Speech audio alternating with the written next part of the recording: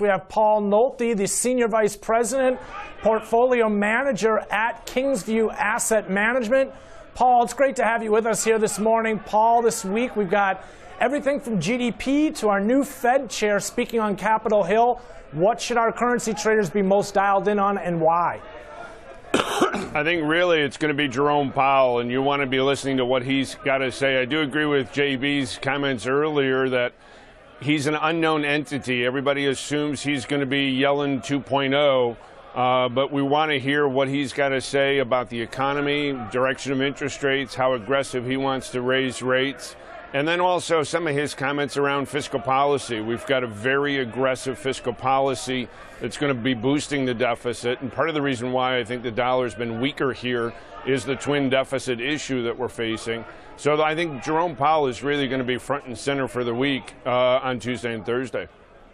So tell me this, when Jerome Powell is talking Tuesday and Thursday of this week, you know, the rumor is he's going to be much like Janet Yellen in terms of Fed activity, but a little easier on regulations, and he favors less regulation in the markets. Give us your thoughts on that. Do you think he'll comment on that in his first discussion? I think he's going to soft shoe around that. I think really most of his focus is going to be on the interest rate outlook, and I think that's really going to be the focus for a lot of the congressional members, talking more about the direction of interest rates, and then on top of it with fiscal policy. They're rolling out some big programs. The big tax cut is going to have an impact here, and potentially a more hawkish Fed. We now see the Fed hike 4 times. Now is about a 30% chance of that occurring. At the end of the year, that was 0. So the markets are starting to pick up the scent that interest rates are going higher, and maybe much higher than a lot thought just a few weeks ago. So that's really, I think, where the focus is going to be on, not so much yet on regulation.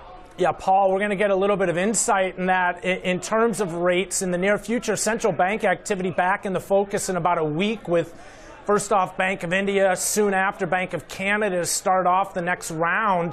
But where do you stand in terms of the possibility of the Fed raising rates on March 21st?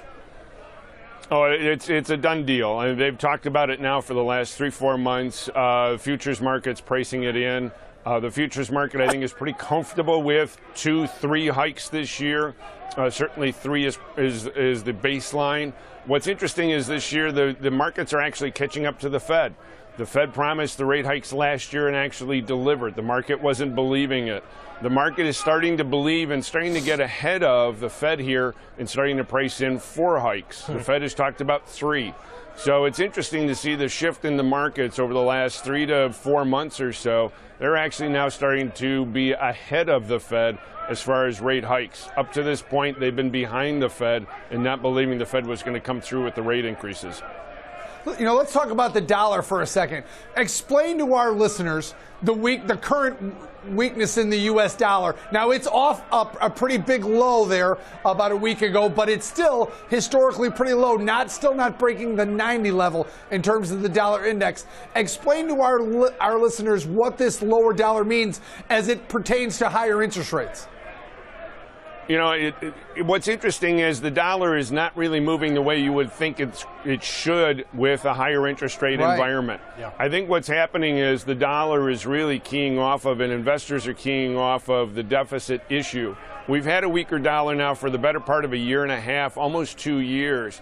And when you step back and take a look at the very long picture of the dollar, you highlighted the shorter term picture earlier, but the very long term for the dollar tends to move in 4 or 5 year cycles. This is only year 2, so we could see a weaker dollar for the next 2 to 3 years if we stay with historical patterns.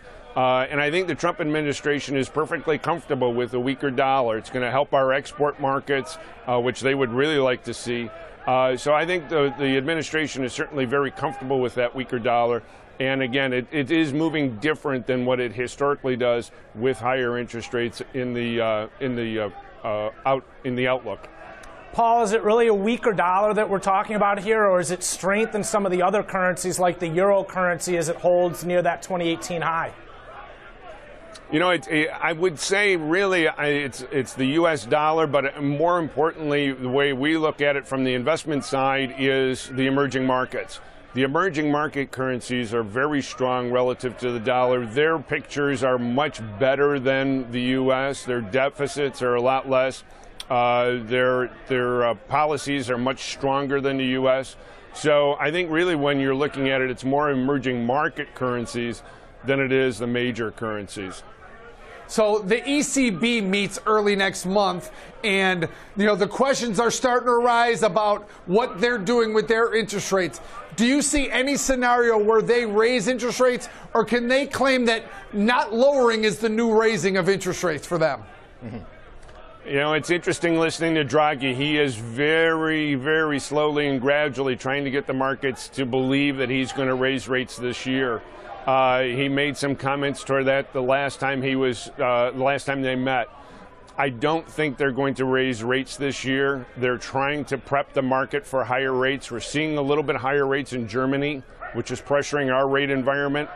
I'm not sure the ECB will raise rates this year. They're going to find a reason to keep rates where they are because their economies are struggling a little bit more. They would like to see the export market strong. So I think they're going to want to try to keep rates right where they're at. Paul, let's talk about some of the strength that we've been seeing in the yen. It was definitely one of the beneficiaries of some of that flight to quality trade, but even as stocks are starting to get bid back up, the yen's holding that 93 even level. That seems to be a big level. What are your thoughts on the yen as it's been rallying? The yen, I think, is going to continue to be a favorable trade. You're hearing a lot from the investor side that Japan is a very cheap market, so you're going to see continued demand for Japanese currency as well as some of their debt. So I think from that perspective, we could see a continued strength in the Japanese yen, maybe up another half a point or so over the next couple of weeks. So again, it's more a story of lower dollar, and you're going to see strengthening currencies across the board, especially compared to the U.S. dollar index. All right, Paul Nolte, appreciate you joining us this morning. A lot of good information there on currencies and what to watch for here as far as numbers coming up this week.